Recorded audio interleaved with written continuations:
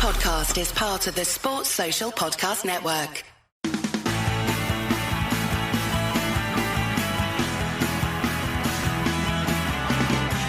Well, good morning, good afternoon, good evening, good day, dear listener. As always, I am the host of your show, Michael Avery, telling you when you should be listening to this, what time of day, and welcoming you to the Dockers Debate preview show from your front room, in your earphones when you're out for a walk, or if you're lying in bed listening to us. And I'm with Rob Grant. We are not lying in bed. We are doing this via Zoom. How are we, Rob? Happy New Year, mate. Happy New Year to you, mate. I'm fine. Yeah, all things considered, the sun is shining, which makes a change from what happened during the on New Year's Day. So yeah, things are looking up. Yeah, touching on that, we've not had a show really since Littlehampton. We was going to put a show out, but there was a bit too much editing that needed doing with impromptu comments. You know, I'll tell you what, if we get up to a certain amount of followers, or if we release merch and we sell a certain amount of items, we'll release that show. But quite frankly, there was quite a lot of comments made that wouldn't have been allowed, and anything cut out would have made about a 4-minute show. So we decided, unfortunately, we weren't able to release that. But yeah, I mean, looking back to the game on New Year's Day, like I was going to pick you up from the train station. I was all ready to go, literally had my shoes on, coat on, and then suddenly we see the tweet, or the X post as it is now, that Phoenix is having a pitch inspection and not really a lot more we can do. And then suddenly the pitch inspection is done and it's off. Yeah, which was a crying shame, because as a nice little local derby for New Year's Day, you know, it's not very far. For me, it's like a 10-minute walk up the road, so it's not very far to travel. You could have a drink, celebrate the New Year. Watch Erith win. Yeah, watch Erith win, hopefully. And although, you know, to be fair, it would have been looking good, and life would have been sweet. And so that kind of put a real dampener on New Year's Day for me. So I had to spend the rest of the afternoon staring at computers and looking at cars. So, which is a joyless experience at the best of times. So there you go. Yeah, absolutely. I was a bit similar. I then ended up having to go Halfords and buying bulbs for car headlights. So yeah, the joys of domestic life when you're over 35, eh? But no, it's disappointing. You know, Phoenix, from speaking to Claggy in the week, Phoenix were looking forward to the game too. Always good little games with Phoenix. I remember, like I say, years ago, I think Erith's biggest home attendance in the league up until the playoff final, which technically it wasn't a league game, obviously, was against Phoenix at home, a 3-2-6 or a 3-30 or something like that. But, you know, with that, we now look to this weekend's game against Herne Bay, which is going to be a tough one. I mean, you've got the form guide and we'll go through the form in a minute, but it's... I can see this one going either way. It's a massive game for the Dockers. It is, but you look at the form guide, and Herne Bay, from their last 6 games, they've lost 4, drawn 1, and only won 1. So form-wise, it's not happening for them at the moment. They've kind of seemed to have fallen a little bit off of a cliff over the last half a dozen games. But then again, all the teams they've played have been teams above them. So, which, you know, apart from the one they won, which was Littlehampton, who are below them in the form charts. So, it's hard when you look at it. You kind of look at it and go, well, looking at their form, we've got a really solid chance of coming away with 3 points from this. But then when you look at our own form, we're kind of drawn 2, won 2, lost 2 out of the last 6, and so you never know which version of Erith Town is going to turn up at the moment. So no. That's a little bit of a concern. But like you say, when you look at that, there doesn't seem to be any team. I mean, I would say we slightly edge it because 2 wins, 2 draws, and only 2 losses, as opposed to, you know, 4 losses. I'd say we edge it, but at the same time, if the wrong version of Erith Town turns up, then there's every possibility we come away with this with nothing. So that's the way I see it, just based on the form. I don't know about you. Well, I think the thing is, for me as well, is that with Erith, in the nicest way to the boys, you know, that they're good lads, don't get me wrong. But, you know, Erith needs to be playing regularly. You know, they need to be on a rhythm of getting results or getting fixtures in. And we've not really had anything, or we've not had anything, should I say, since Ashford on the 28th of December. So you're looking like, a good solid week where a lot of teams are playing a lot of fixtures over this period, and let's be honest as well, before the Ashford game, a lot of teams were playing on Boxing Day, and we played on the 21st against Littlehampton as well. So we've only had one game since the Littlehampton game on the 21st of December. So that won't be too great for us. We might be feeling a bit leggy after a little amount of time. And again, it is kind of the thing with me with non-league football. And this is why non-league football is always really exciting for me, because like you say, you don't know what team's going to turn up. Because Herne Bay, near in the bottom half of the table, 16th place. They're still well clear of the drop. They're 7 points clear of the drop, which again is, with all due respect to the teams in the bottom four, the way their results have been going, that's a mountain for them to climb. 7 points, I mean, Phoenix were on 14, but that's after 23 games. They were looking like not even being in double figures. And Herne Bay, they've lost 13 games, but Eastbourne Town in 12th mid-table lost 11, so that's only 2 worse than them. And Dill, who are in 7th and only 2 points off the playoff, has lost 12. So Dill in 7th have only lost 1 less. I know, they've won more games, that's why they're up there. But like you say, with Herne Bay's run, they've been playing some decent sides, and now they're going to start playing some teams nearer the bottom. Are they in a false position, Rob? That's a difficult one to say. I mean, yes, or they could have been in a false position. They could have been in a false position already, and now they're reverting to mean.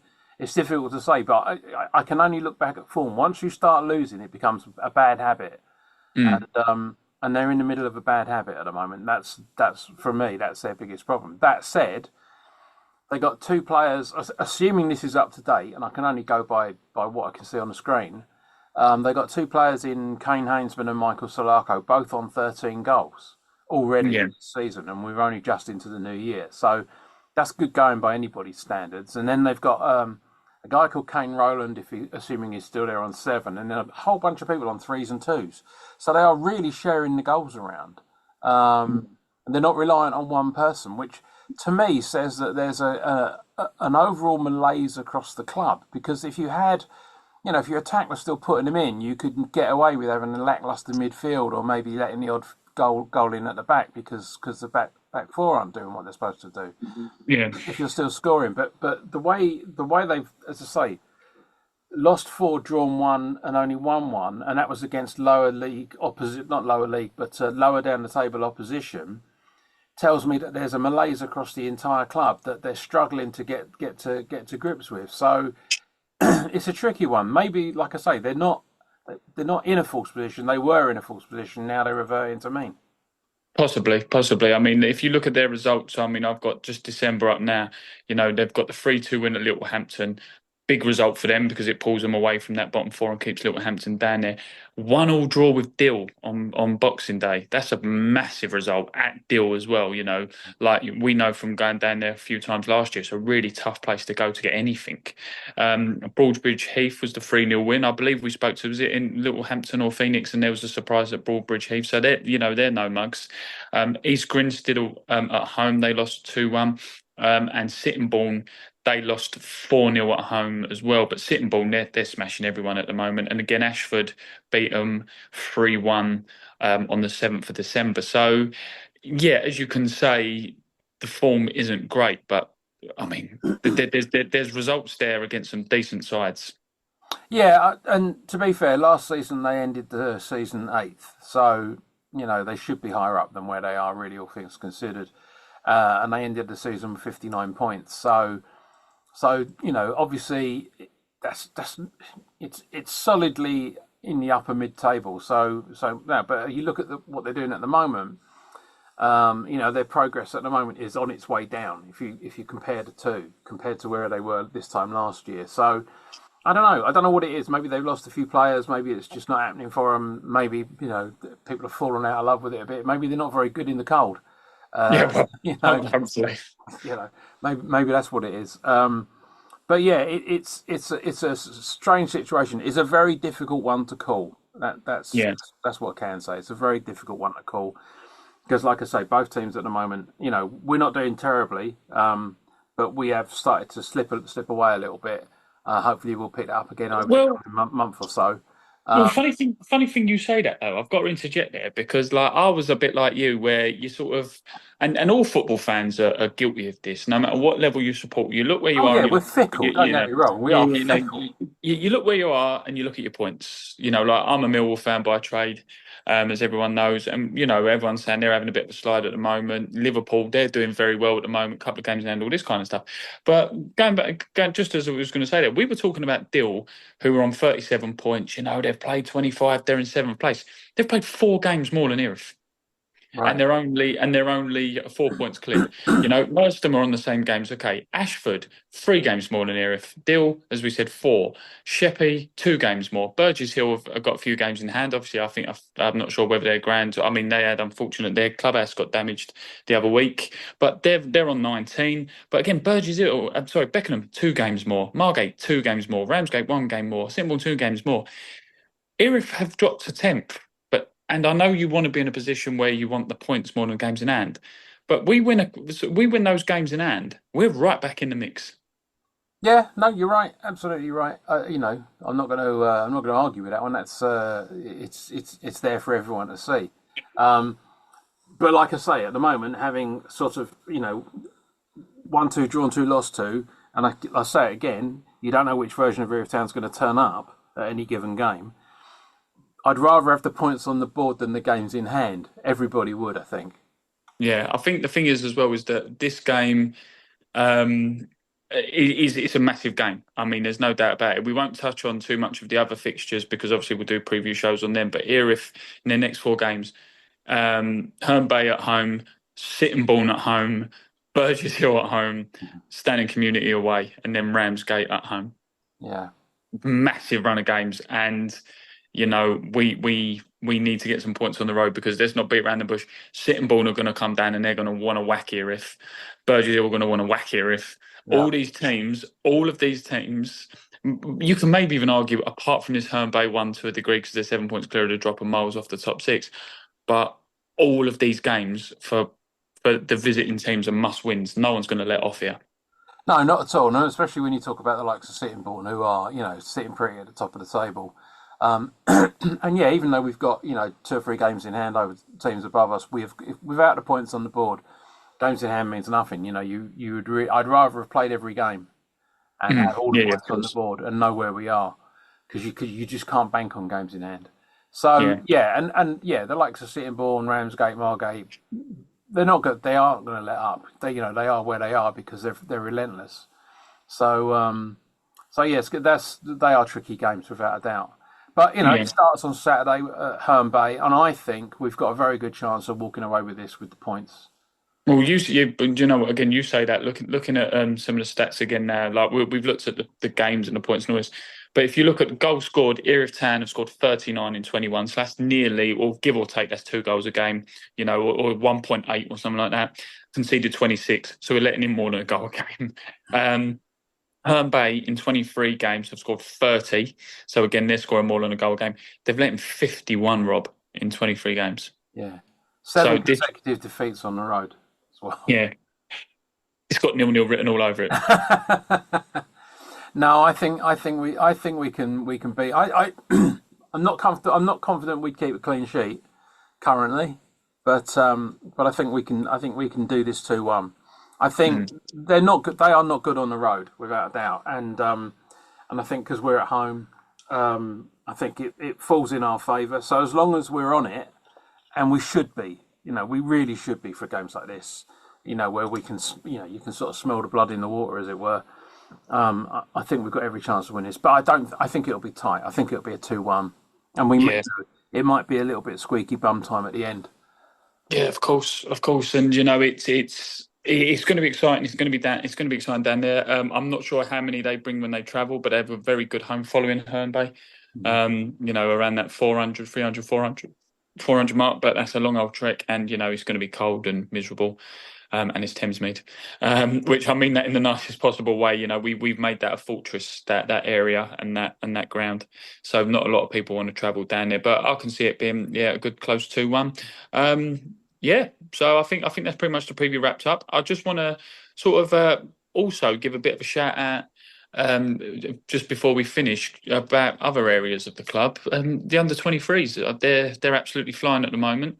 I know we spoke about them in game and that kind of thing, but I think Mark Petters and his team, Jamie Wood, Alan Foreman, Russ, and all those guys down there, they're doing a fantastic job. I mean, looking at the league table now, they are currently sitting top of the tree in the Scaffold Development League West. Out of 14 teams, they're top. Played 10, won 9. Yep, can't argue with that at all. No. Doing fantastically well. They're absolutely flying at the moment. And, we know Mark Petters on a personal level, really good guy, really enthusiastic about youth development. And, speaking to him even before the season started, he was very much about getting those 23s to a level where they are, competing, yeah, but looking at developing and going into the first team and kind of being there or thereabouts and getting them used to sort of the first team football setup, if you will. But, I mean, this is going tremendously well. It is, and when you look at the games they got coming up, they're very winnable games. I think the Kent United one will be tricky because they're third or something, so Yeah. That'll be a little bit tighter. But every other team below them, I can't see a world where they slip up anywhere at the moment. So yeah, it's looking good for the 23s, which equally, of course, looks good for the first team. There's a really, really strong crop of players who look like they can find their way through to the first team. Yeah, absolutely. And this goes back to it as well with the sort of pathways that everyone is so much talking about. Dean Flower, like Paul Allen with his 18s, obviously done well in the FA Youth Cup as well. Had a good run. They're sitting. I think they're there or thereabouts. I think they're top of their Kent Youth League as well. A few of the players have signed forms to represent the first team as well. And yeah, it's going really well. And like we said on the last show, I want to give a little shout out to our little youth teams as well. So even our little under sevens have been promoted. Our under 10s, our under 10 black side consolidated their position in the league and are in the semi-final of the cup. Loads of youth teams doing well. It's a really good place to be at the moment, Erith Town. Nice. And before we go, one last thing. New year, new you, and all that stuff. Walking football is back on as of next Friday, the 10th, I believe it is. So 8 o'clock at the Stanmore on the 3G pitches. If you fancy getting back into the game of football, you're a bit past the old running around and bleep tests and all that. But what you'd like to do is have a little go walking around and having a kick around and a laugh with some people on a Friday evening. Come down, give it a try. You'll have Fridays that are worse than it. Put it that way. Yeah. And so, as you can hear there, from 7 to 107, there's football for everyone. Absolutely. Anyway, so this is Michael Avery and him, Rob Grant, signing out. We will see you tomorrow at the Stanmore. Up the Dockers. Up the Dockers.